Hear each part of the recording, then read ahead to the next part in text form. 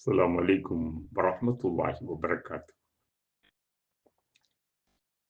விண்ணும் மண்ணும் விரிகதிர் மதியும் கண்படும் அனைத்தும் கண்பட அனைத்தும் கவினுறப் படைத்து ஆடுகின்ற வல்லவனாம் அல்லாவுக்கு எல்லா புகழும். அவன் தனித்தவன், தன்னிகரற்றவன், தனக்கு ஓமையில்லாதவன்.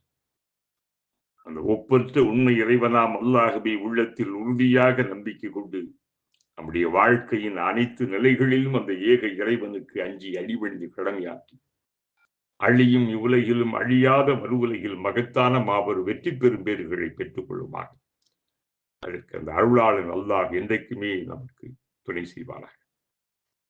அகிலத்தின் அருள்கொடை அழகிய முன்மாதிரி வழிகாட்ட வந்த மணிவிளக்கு தன்னுடைய அழகிய நற்பண்புகளாலே அழகிய முன்மாதிரிகளால் மனித குலத்திற்கான வழிகாட்டியாக சமைந்த நம் உயிருக்கு மினிய உத்தமர் அண்ணல் முஹம்மது ஸல்லல்லாஹு அலைஹி வஸல்லம் அவர்கள் மீது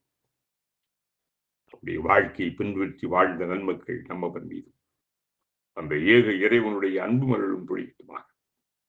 பேரன்பு மிகுந்தோரே, புனிதம் வாய்ந்திட்ட நோன்பு துறக்கின்ற இந்த நிகழ்ச்சி, ஆம், அல்லாவுக்காகவே நாம் நோன்பு இருந்தோம். அல்லாஹ் மீது முழுமையான நம்பிக்கை வைக்கின்றோம். வந்திருக்கின்ற ரிசுக்கின் மூலமாக நாம் நோன்பை துறக்கப் போகின்றோம். அவரிடத்தில் நாம் வேண்டுவதெல்லாம், இறைவா, அதிகாலை முதல் மாலை பொழுது மங்கும் வரை அல்லாவுக்காக தன் அன்றாட வாழ்க்கையா உண்ணுவது பருகுவது போன்றவற்றை முற்றிலுமாக துறந்துட்ட இறை அடியான் அந்த நோன்பை துறக்கின்ற வேளையிலே அவன் கேட்கக்கூடிய அந்த உன்னதமான பண்பு, இறைவா, கெஞ்சுகிறான், கதறுகிறான், தன் உணர்வுகளை தனக்குள்ளாலே வெளிப்படுத்துகிறான். காரணம், எந்த அமலாக இருந்தாலும் அல்லாஹுவால் அங்கீகரிக்கப்படுகின்ற போதுதான் அதற்கான மதிப்பு உயர்கிறது, உணர்வு. பெரும்பாலான மனிதர்கள் தாங்கள் பேசுவதெல்லாம் செய்வதெல்லாம் சரி சரி என்று நினைத்துக் கொண்டிருக்கிறார்கள். சரிதானா என்பதை இவர்கள் நிதானமாக நினைத்து பார்க்க வேண்டும்.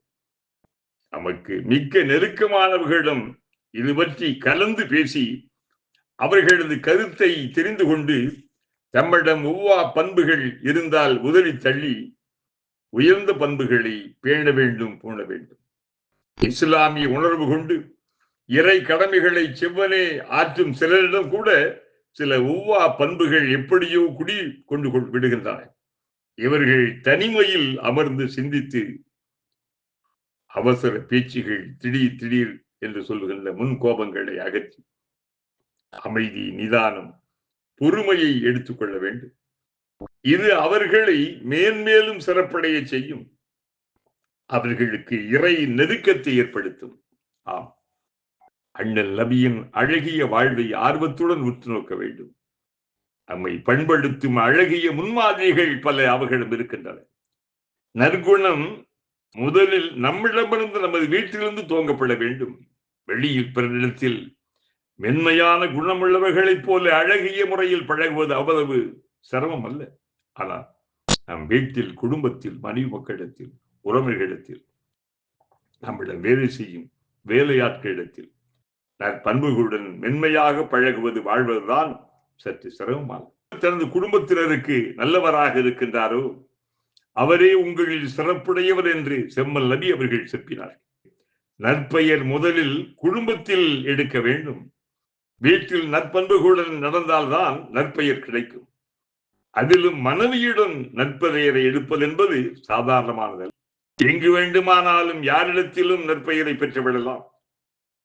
ஆனால் நம் வீட்டில், நம் மனைவியிடத்தில் மிக எளிதில் நன்னடத்தை சான்றிதழ் கிடைத்து விடாது. ரொம்ப சிரமம். ஏனெனில் கணவனை பற்றி ஓரளவு நன்கு அறிந்தவள் மனைவிதான். கணவனின் பலம் என்ன, அவளது பலவீனம் என்ன என்பதை அறிந்துள்ள அன்பு ஜீவனிடமிருந்து, அந்த பாச புறாவிடமிருந்து சாமானியமாக சான்றிதழ்களை பெற்றிட முடியாது. நற்பெயரை பெற்றுவிட்டால் வாழ்வே இன்பமயம்தான். நான் என் மனைவியரிடம் நற்பெயரை பெற்று அவர்களுக்கு நல்லவராகவே இருக்கிறேன் என துணிந்துரைத்தார்கள் தூதர் நபி அவர்கள். இல்வாழ்க்கையிலும் இறை தூதர் ஏற்றம் பெற்றிருக்கிறார்கள். மனைவியரின் மனங்கவர் மணாளராய் திகழ்ந்திருக்கிறார்கள். காரணம், அவர்கள் வெளிப்பட்ட பண்புகளை, நற்குணங்களை அவர்களின் பேச்சும் அடக்கமும் இனிமையும் வாழ்க்கை துணைவியரை வெகுவாக கவர்ந்திருக்கிறார். இறை தூதர் நபி ரசூல் என்னும் எல்லையில்லா சிறப்பை பெற்ற நிலையிலும் சமையலின் போது மனைவியருக்கு பெரிதும் உதவியாக இருந்திருக்கிறார். காய்கறிகள் நறுக்கி கொடுத்திருக்க போட்டுக் கொடுப்பார்கள். இவைகளால் தனது தகுதி குறைந்துவிடும் என அவர்கள் ஒருபோதும் நினைக்கவில்லை. பிறரிடம் நன்முறையில் பழகுவது, அவர்களோடு இனிமையாக உரையாடுவது, என் நிலையிலும் பிறருக்கு உதவுவது, எளிய முறையில் வாழ்வது, பணிவுடன் நடப்பது, எதிர்படுவோருக்கு சலாம் கூறுவது, இவைகளெல்லாம் நற்பண்புகளாகும் என்று நவிந்தார்கள் நபிகள். இதுவும் எரிச்சல் கொள்ளாமல் இருப்பது, கபடத்தனமாகவோ வஞ்சகத்தனமாகவோ நடக்காமல் இருப்பதும் பண்புகளாகும். அந்த பண்புகளை நபிகளார் உயிர்ப்பித்தார்கள். முஸ்லிம்களிடம் மட்டுமல்ல, முஸ்லிம் அல்லாதவர்களிடமும் நற்பண்புகளுடன் பழகினார்கள். அனைவரிடமும் இனிய பண்புகளுடன் நடந்தார்கள். மற்றவரிடம் அவ்வாறே இருந்து வருமாறு அறிவுறுத்தினார்கள். அவர்களை பின்பற்றிய தோழர்கள் முஸ்லிம்களின் நற்பண்புகளாலேயே இஸ்லாம் பரவியது. இஸ்லாத்தின் தனித்தன்மையை, சிறப்பை மக்கள் அறிய துவங்கினர். இஸ்லாத்தை நேசித்தனர், இதயபூர்வமாக ஏற்றனர் என்று வாழ்கிற நம்மிடத்திலே வந்துவிட வேண்டும்.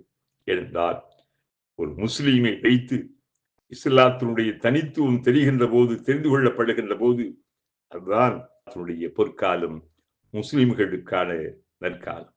இந்த உணர்வுகளை நமக்குள்ளாலே கொண்டு வர வேண்டும். இதை அல்லாஹ்விடத்திலே நாம் வேண்டவர். இறைவா, எல்லா ஆற்றலும் படைத்தவனை, ஆழ்மை மிகுந்தவனை, உன்னிடம் மனமுருகி வேண்டுகின்றோம். இறைவா, எங்களை ஏற்றுக்கொள்வாயாக, என்னுடைய பாவங்களை மன்னிப்பாயாக, எங்களுடைய அமல்களை நீ அங்கீகரிப்பாயாக.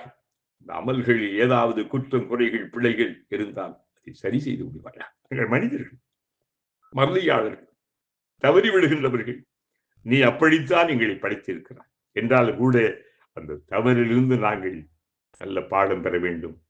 நாங்கள் நீங்கி உனக்குள்ளால் இருக்க வேண்டும். உன் அன்பு வேண்டும். ஏனென்றால் உன்னுடைய வாழ்க்கையில் எந்த ஒன்றையும் உனக்காக நாங்கள் செய்ய வேண்டும். உன்னிடமே நாங்கள் சரணடைவோம். உன்னை நோக்கி எங்களுடைய பயணம் இருக்கும். ஏற்றுக்கொள்ளையா, ஏற்றுக்கொள்வாயா. அல்லாஹும்ம இன்னக அஃபுவுன் துஹிப்புல் அஃப்வ ஃபஅஃபு அன்னி.